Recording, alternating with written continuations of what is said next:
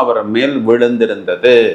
இப்போ செவ்வாய் 7ஆம் இடம்னு சொல்லக்கூடிய நிவர்த்தி ஸ்தானத்தில் வந்து அமர்கிறார்.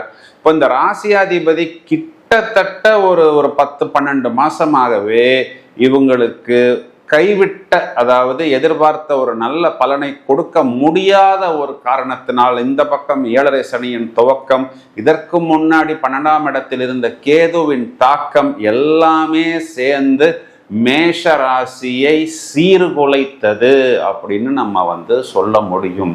நிறைய இவங்க வந்து வெளியில காமிச்சுக்கல. தனிப்பட்ட முறையில் அவங்க ஜாதகத்தை பார்க்கும் பொழுதுதான் அவர்கள் எந்த அளவுக்கு அடிமேல் அடி, உதை மேல் உதை, தோல்வி மேல் தோல்வி, அவமானம் மேல் அவமானம், வம்பு வழக்கு, குழந்தைகள் சம்பந்தப்பட்ட விஷயமா இருந்தாலும் சரி, குடும்பம் சம்பந்தப்பட்ட விஷயமா இருந்தாலும் சரி, இடம், தொழில், பூமி சம்பந்தப்பட்ட அனைத்து விஷயங்களிலும் நிறைய கடன் சுமைகளை சுமந்து கொண்டிருக்கிறார்.